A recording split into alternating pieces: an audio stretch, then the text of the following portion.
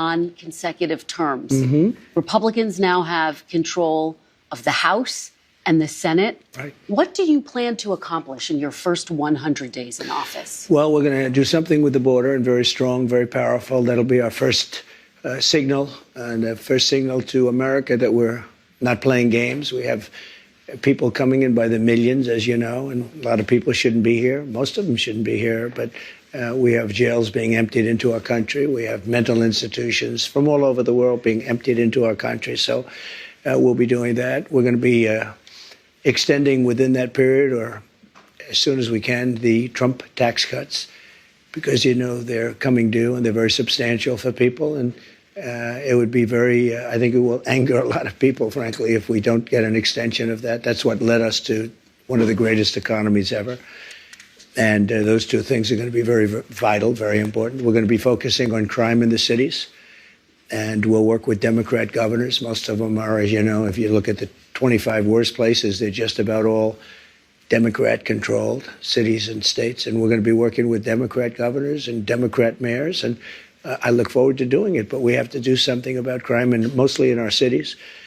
And we're going to have a lot of other things. We'll be working on nominations. We're going to still be working on some nominations. I think they're going very well.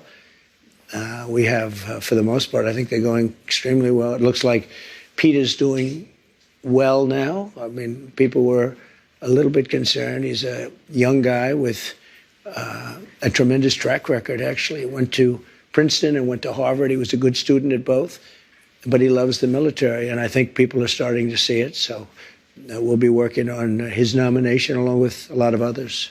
We are going to delve into your nominations, but since you bring him up, do you still have confidence in Pete Hegseth? Yes, I do. I really do. He's a very smart guy. I've known him through Fox, but I've known him for a long time. And he's basically a military guy. I mean, every time I talk to him, all he wants to talk about is the military. He's a military guy. I used to kid him about it. I didn't think he would be in this position where he may be, hopefully will be Secretary of Defense. But every time I was with him, he was fighting for soldiers, where he said some soldier was unjustly put in prison because they were really doing what they were taught to do, in some cases. So, yeah, I think he's going to do fine.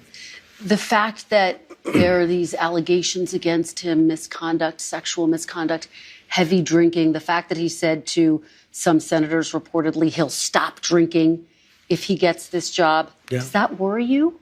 No, I think that everybody has something that they can stop. Some people can stop eating. I'm lucky I'm not a drinker, but I could stop eating. And we all want to stop doing something. And if he said that, I mean, that's a nice thing to say. That's a good thing to say. But he's very respected. I can tell you, I know a lot of the people at Fox, they think he's fantastic. And the people that work with him, really, they love him. So I think you're going to have somebody that's really terrific. And again, all he talked about with me, I said, you know, you're not really a television guy, even though he did very well, as you know. You're really a military guy. He said, I'm all about the military. And I told him, so he's making a lot of money at Fox. They're doing very well. And I said, you know, if for some reason you don't get this thing, you're not going to be able to go back. And all that money you're making, you can kiss it goodbye. He said, this is all about America. You know, he didn't say, well, let me think about it, let me discuss it. That's a very big, risky thing he's doing. When he goes and he says, I'm going to give up, you know, millions of dollars in order to possibly become the Secretary of Defense. A lot of people would say it's a great position. It's probably almost no greater position, but a lot of people would say, I have to think about it. He said, I don't have to think about it. All right, we're going to delve into your cabinet picks a little bit later, but I want to delve into one of your signature promises on the campaign trail, which was to end inflation, to lower prices. You are now proposing tariffs against the United States' three biggest trading partners. Economists of all stripes say that ultimately consumers pay the price of tariffs. I don't believe Can you guarantee American families won't pay more? I can't guarantee anything. I can't guarantee tomorrow.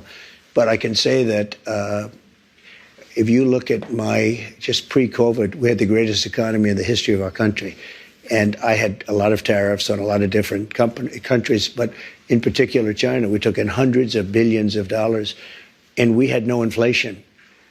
In fact, when I handed it over, they didn't have inflation for a year and a half. They went almost 2 years just based on what I had created.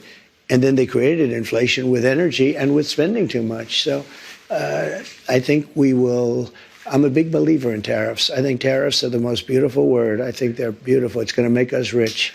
We're subsidizing Canada to the tune of over $100 billion a year. We're subsidizing Mexico for almost $300 billion. We shouldn't be subsidizing. Why are we subsidizing these countries? If we're going to subsidize them, let them become a state.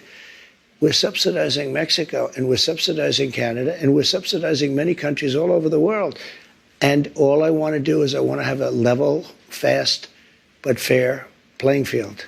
Sir, your previous tariffs during your first administration cost Americans some $80 billion. And now you have major companies from Walmart, Black & Decker, AutoZone saying that any tariffs are going to force them to drive up prices for their consumers. How do you make sure that these CEOs, that these companies don't, in fact, pass on the cost of tariffs to their consumers? They cost Americans nothing.